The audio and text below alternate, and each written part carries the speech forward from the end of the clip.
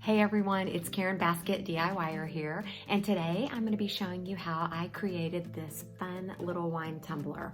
I used a lot of different techniques here, such as Tack-it, Peekaboo, wood grain, and water slide. So just stay tuned, follow along, and I'll show you how I did this. For this one, I'm going to be using a 12-ounce wine tumbler from Makerflow, and as you can see, I'm just spray painting it. I just happen to be using yellow spray paint that I already had on hand. After that was nice and dry, I grabbed my Tack-it. This is the Tack-it Over and Over. I just put a nice thin layer on there, let that dry, and then I grabbed my Recollection Sunflower Yellow Holographic Glitter from Michaels. You just put a nice generous layer on there and then shake it off. And you can just immediately start rubbing the glitter off to reveal this beautiful holographic finish. From my understanding, this can only be done with holographic glitter. I really haven't tried any others, so I can't guarantee that. Next, I grabbed the Rust-Oleum 2x clear matte finish and I sealed that glitter on there. My rule of thumb is if you can't sand it, then seal it. Okay, and so I'm still learning as I go here, and this very well may have been a big mistake. I was in a hurry and just really didn't want to take the time to wait on epoxy to dry, so I went for the polycrylic technique. So I decided to apply 2 layers of this polycrylic, thinking that it would give it a nice smooth finish similar to epoxy, and it did. Knowing that I was going to be doing the Peekaboo method, I wasn't overly concerned about it being super smooth. So the finish was great. It was just probably not the greatest idea for Peekaboo method.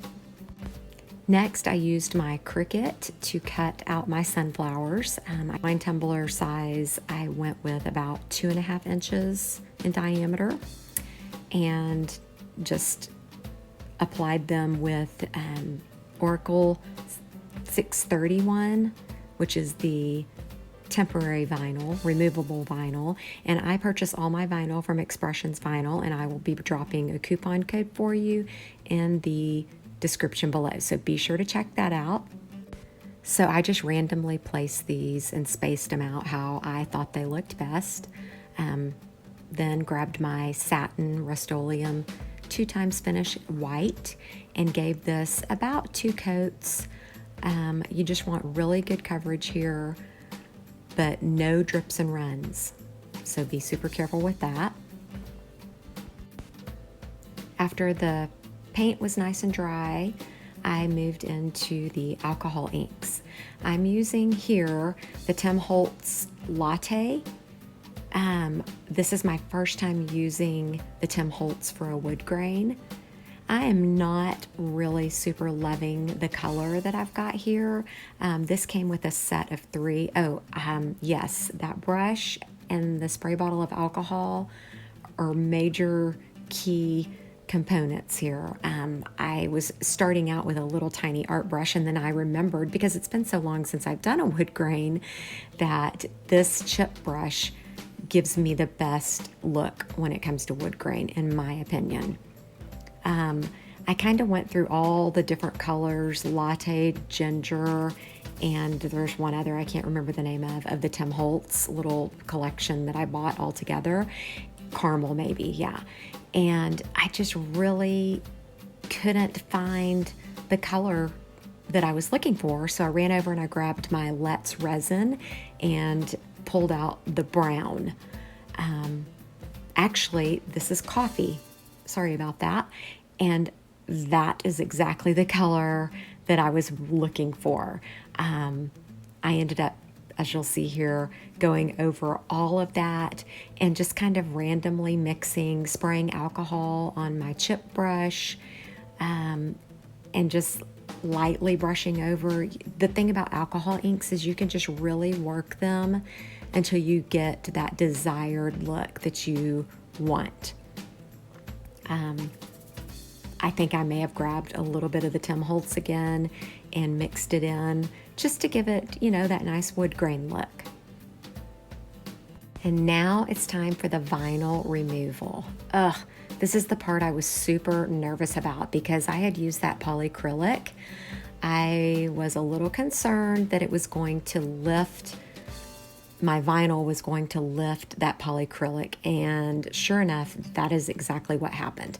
Not to every flower petal, but just kind of randomly, I would be lifting off the vinyl and it would peel up some of the polycrylic. So that was a real bummer. Lesson learned for sure. I should have just gone with my gut and used my Mr. Nola's glass coat to get the super smooth finish that I needed for applying my vinyl to. But again, lesson learned. Next time I will definitely take the extra time and do that. As you see here, I'm leaving the centers of the flowers. So that's actually vinyl in the center. You can peel it up if you want. It'll just be exposing your glitter. I wanted my centers to be brown like the rest of the wood grain. And now then I'm just applying a coat of the Mr. Nola's glass coat, which is my absolute favorite. Okay, so this sunflower cup has definitely not gone exactly how I planned. I've learned some things along the way, and so I'm just going to point some stuff out to you right here. You can see that it's missing some of its sparkle, like you can see here. It's missing some of the lines. You know, it's got that super awesome Mr. Nola's glass coat on it. And I really should have addressed this situation before putting that glass coat on, but I didn't. So I have a solution and I'm about to show you that. But here, all these are missing. I am going to be putting some Waterslide bees on it. I printed these off, but they did not turn out how I expected. So I'm going to be cutting these out. So with Waterslide, this is clear Waterslide paper with a white backing right now. I printed it, and then I used my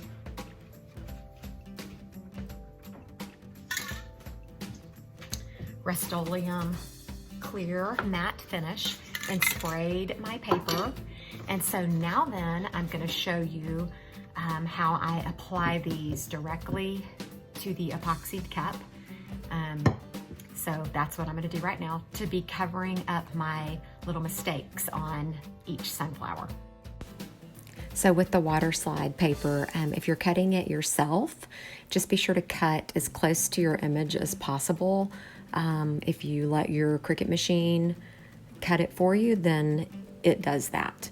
But you just cut your little pieces, put them in warm water, let them sit for about 30 seconds or so, and then these are so small, I was just able to kind of slide them in my fingers and then just slip them off onto the cup. You want to make sure that these get nice and dry before you move on to the next step. Okay, and the reason I chose to do Waterslide versus vinyl is for the sake of it. You know, Waterslide's so much thinner than vinyl, and I just want to be able to put one more finish coat of the Mr. Nola's glass coat on here and be done, because this cup is just so pretty, I think. Okay, and so remember my rule of thumb: if you can't sand it, then seal it. Your epoxy needs something to adhere to. I also added a little tiny bit of white diamond mica powder in my epoxy to give the whole cup a nice little sparkle, as you see here. So I really appreciate you watching, and I do hope that you have learned something new today. If you have any suggestions for me, just please leave them in the comments below. Feel free to ask me any questions, and I really do hope that you will like, subscribe, and follow my channel, and stay tuned for more Tumbler tutorials and DIY projects.